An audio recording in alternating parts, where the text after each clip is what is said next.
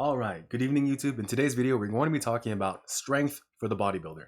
Now, this is going to be kind of like part one to a two-part video, and the second video is going to be coming out on Saturday. And the Saturday video is going to be about, or it is going to be included in the size series. This video is more so to serve as background information to a lot of the content that is going to be in that second video, which is going to be more so about the practical implementation of a lot of the ideas that I'm going to lay out here. Now, when it comes to this channel, like this is a power building channel. If you want to get bigger and stronger, then this is kind of like what my training style is, because me personally, right? The way I describe my training and the reason why I gravitate towards a power builder approach is just because I prefer a more power lifter style of training. I prefer doing the barbell lifts. I have a bias toward free weight movements, and I'm not really the biggest fan of fluff and pump work. I'm just not. So I don't train like that. I prefer to train using the same exercises that powerlifters use, but I kind of put a spin to it and a different intention to it, so that way it's more catered to bodybuilding. It's more conducive to bodybuilding. So the way I kind of think about it is I use strength training for bodybuilding. Now, we can argue about the effectiveness of that, but at the same time, what do I always consider to be the most important thing that is going to actually lead to something being effective?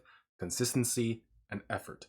So when it comes to a lot of the advice that I give, especially for building muscle, I am going to get on the side of the argument that is, get stronger. If you get stronger, you will be bigger. Now, there is a lot of ways that this idea has been misapplied and misused, and it's very much abused in novice programs, bars, mixtape 2025. So in novice programs like starting strength, Grayscale LP,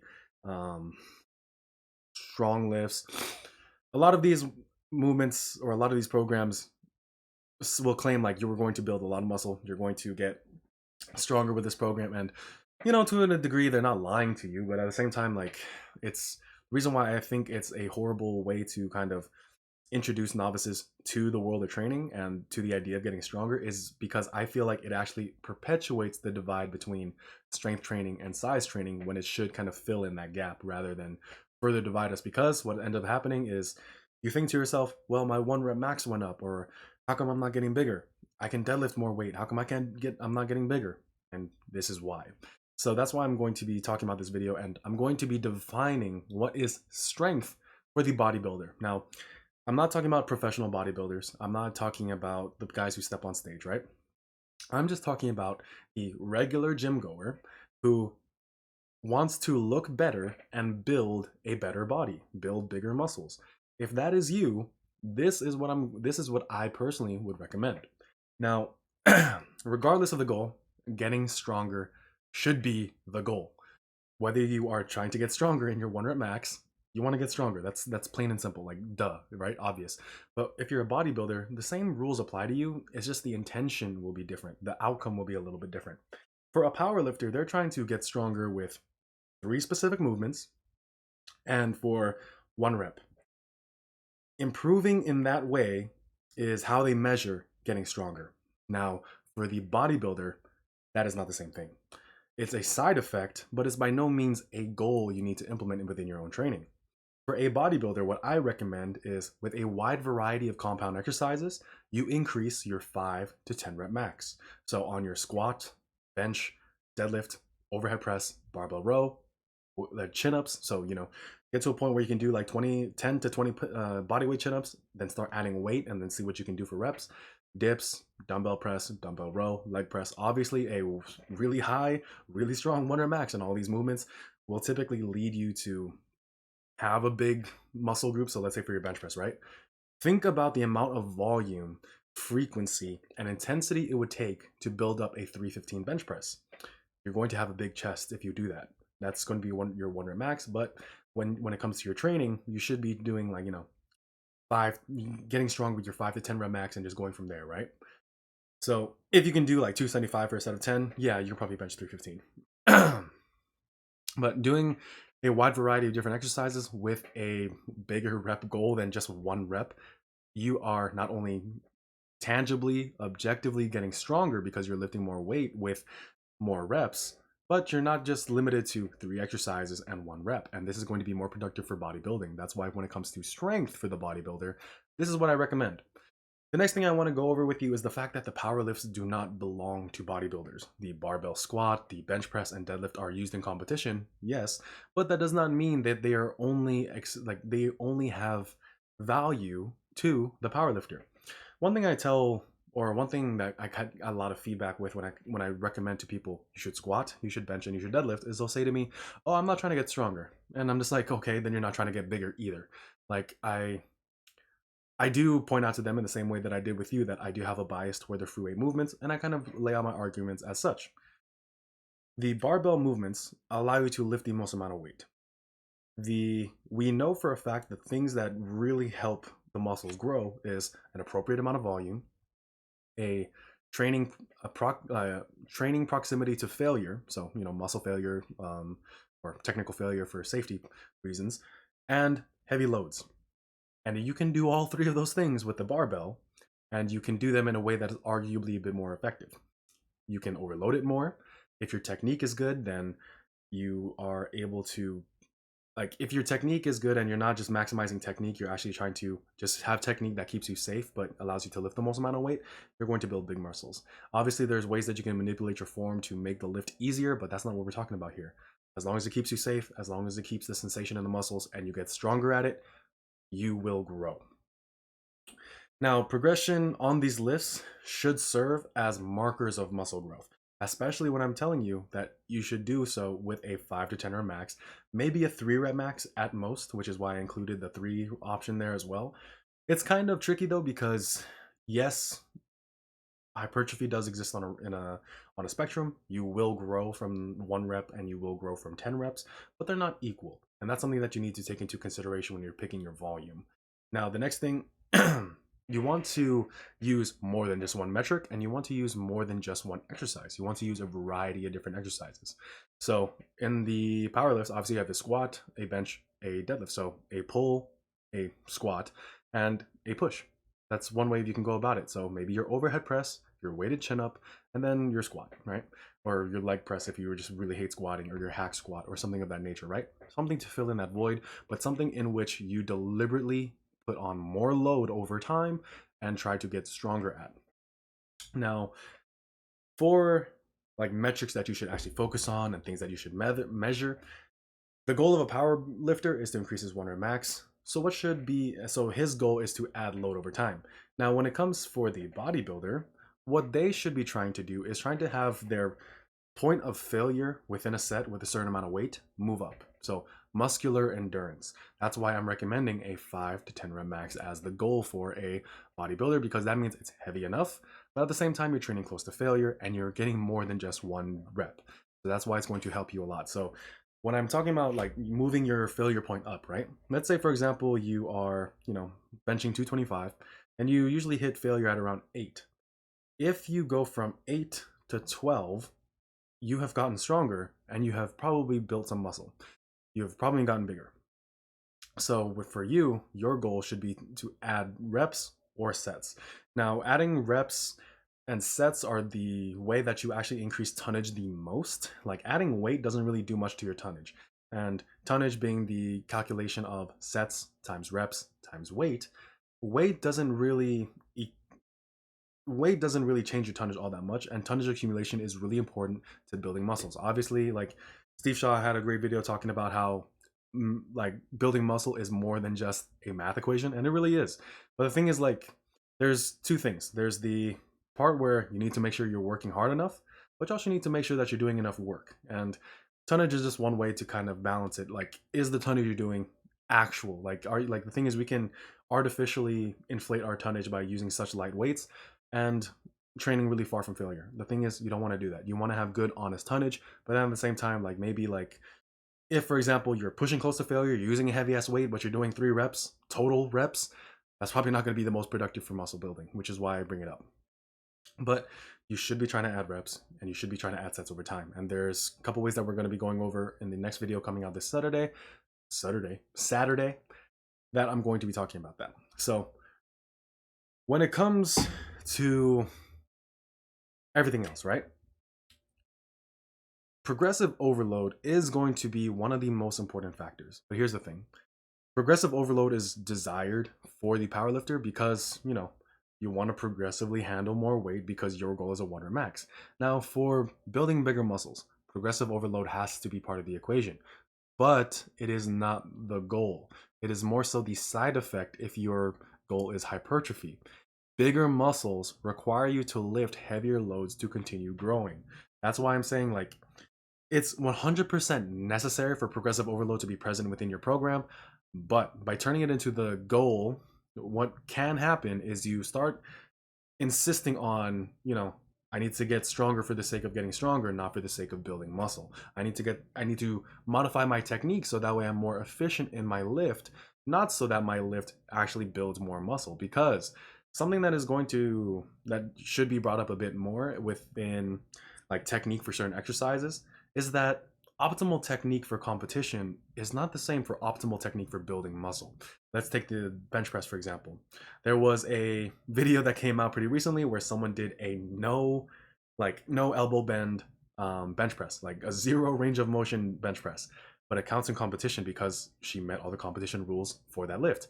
Is that going to build you muscle? Hell no. So there's ways that you can manipulate certain exercises to make them quote unquote easier when you're really just making them more efficient, so you're able to display your strength, well, arguably better, but that doesn't mean you're building more muscle as a result of lifting more weight. You're just, you're meeting the competition definition of a movement, but that doesn't mean you're actually building muscle from it. So that's why intention should always be with your form to make sure you're safe and you can feel the muscles working, right? So with the bench press, you could be doing something like extreme arc, which decreases the range of motion. In your squat, your glutes and hamstrings are stronger muscles, so that's why they'll try to squat wide or hinge their squats. And then also, like, getting more muscles involved into a deadlift will make it a bit easier, so that's why they try to squat their hinges. But the thing is, this is not optimal for bodybuilding, and that's why you should always keep in mind, I want to feel the muscle. You always want to be safe, but you always want to feel the muscle in some capacity. Strength is just a metric that you use, but it's not just 1 rep max. You're not chasing strength. You are getting stronger as a result of necessity rather than trying to build it into your program, thinking to yourself, like, if I want to get bigger muscles, I need to make sure that my 5 rep max is not, you shouldn't think to yourself, I'm doing all this 10 rep max, 8 rep max, 6 rep max, 3 rep max, and 1 rep max work because that's going to make me bigger. No, you're trying to improve your 5 to 10 rep max because that's going to make you bigger. So strength is a metric. And the next thing, progressive overload only applies when form is consistent. So do not change your form if you're safe, if you are not getting injured, if you're able to recover, and you are able to progress. So this applies for strength athletes as well, but progressive overload only applies if form is consistent, and form should always serve the purpose of building muscle, not getting stronger for the sake of getting stronger. So keep the lifter safe, build the target muscle. That's what you really need to focus on. Now, let's kind of like go into a summary of the final points. The powerlifts have value to the bodybuilder. They really do. The thing is, like, squats, benches, deadlift, they do build muscle. Anyone who tells you otherwise is, they're using a clickbaity title, but if you listen to their video, they'll say something like, if you only use the bench press, you're not going to build the biggest chest you possibly can. And they're not wrong. But their title says, don't do the bench press, do this instead. That's horrible advice. You need to include everything. Dumbbell bench pressing, incline bench pressing, close grip bench pressing, machine pressing. It doesn't really matter. You just need to get better at pressing, right? Dips. All of that is going to be super important. So the powerlifts have great value to the bodybuilder, but the thing is, you should make sure that your intention with using them is that they keep you safe and you can actually feel the target muscles. This is why I prefer doing high bar squats and conventional deadlifts, because sure, I could lift more weight sumo, but the thing is, like, with the muscles that I'm trying to build with that movement, I feel them more in the conventional. And, I also have a video on my channel where I talk about my opinion on the sumo. I think I need to update it because there's a couple things I failed to mention. But anyway, regardless, for the most part, it's about the same. My opinion, at least. And then the bench press. I'm not using an extreme arc. I'm using just enough arc to keep me safe. I'm using just good technical cues to keep me safe, but I'm always making sure that I can feel the muscle in my bench. So when it comes to getting stronger for the powerlifter means 1 rep max in the big three: squat, bench, deadlift. As long as it's within competition rules and competition standards, it's a good lift, it's a new PR, boom, right? For bodybuilders, that's not the case. You want a 3 at the minimum or a 3 at the absolute lowest, but I would recommend more so like a 5 to 10 rep max with a wide variety of compound exercises like I gave earlier in the episode or the video. Next is progressive overload is necessary, but it is a side effect of everything else. So one thing that I'm kind of noticing with a lot of like muscle building like videos is the fact that they'll try to prioritize, like, let's say the mind muscle connection, right? And I am bringing up sensation, but I'm not using it in the same way to mean the mind muscle connection. What I'm really thinking about is, like, maybe to an extent, but what I mean is you can kind of artificially induce the mind muscle connection, by using these like certain intensification techniques like long pauses, isometric holds, and all these other things. And they're not really all that, good at building muscle. But the thing is, like, you just don't want to think to yourself, okay, I'm only getting stronger because I'm getting like because my technique. I'm only doing that. You want to actually make sure your muscles are doing the work of the movement. So you need to prioritize progressive overload even if you are a bodybuilder. Your bigger muscles need bigger weights to help them continue to grow. So that is a necessary part of your program. But like I said, if progressive overload becomes the goal, you're going to start sacrificing certain things like your form that makes it more difficult to feel the muscles actually contributing to the movement. Next is, so this kind of leads me to the next point, which is intention should always be on building muscle. Your exercise selection, your goals, your form, and let's go more so into the exercise selection part, right? If a certain exercise is getting in the way of your recovery and there's better ways to train that muscle, then drop that exercise variation that's making you tired and just go in favor of something else. This is why in some bodybuilding programs, they don't really do overhead pressing, because with all the other pressing that they're doing, it might not be feasible for them, and then they just do other shoulder exercises. That's fine. And then with exercise selection, I don't really see the necessity of a low bar squat for a bodybuilder, quite honestly. Just because, they can do maybe high bar and sumo, or other exercise variations that could help you with that, right? So exercise selection has to be very specific for the goal. And let's say, like, you want to build up your triceps, cool, close grip benching. Maybe you want to build your chest a bit more, then maybe incline or wide grip benching, and then throw in some other exercise, flies, dips, dumbbell bench pressing. These are all things that you need to take into consideration, because for the powerlifter, they're just trying to get better at the big three. They'll do any other variations to accomplish that, but for the bodybuilder, they need to use these variations specifically for the reason that the variation targets the muscles just a bit better. So that's why, generally speaking, when it comes to a lot of my bodybuilder friends who are so averse to deadlifting, I just tell them, okay, do a Romanian, do maybe a stiff leg, maybe a rack pull, something of that nature, right? But just include something of that nature. That is really going to be the takeaway point here, because strength is a tool that helps build more muscle. You're not going to find a guy who is natural, built a shit ton of muscle, and is weak.